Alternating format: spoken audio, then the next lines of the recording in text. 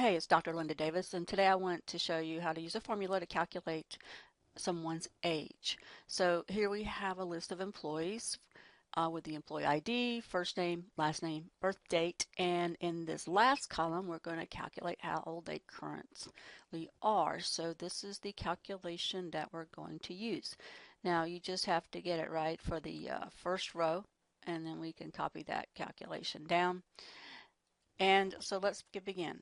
We're going to start off with equals, and we'll add in the formula that is dated, D-A-T-E-D, and then we're going to add if to that, and then open parentheses, and I want to put in the actual birth date of the employee as far as the cell name goes. So in this case, for this row, that would be E6.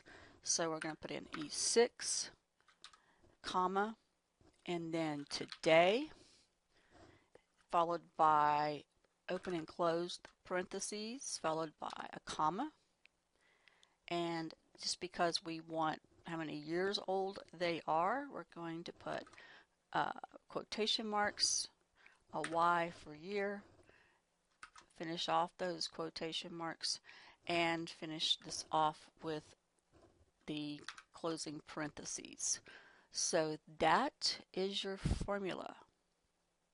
It's also up here in the formula bar. Once you think you have that typed in correctly, you can hit enter, and you will see that it not only calculates the age for that row, it calculates the age for all the other birth dates as well.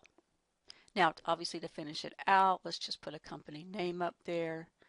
We'll do Panther Plastics, and we'll just put in a subtitle of like current employee age, and we'll just put spring of 2026. Oops. And we're done. We're good. Thank you for your time.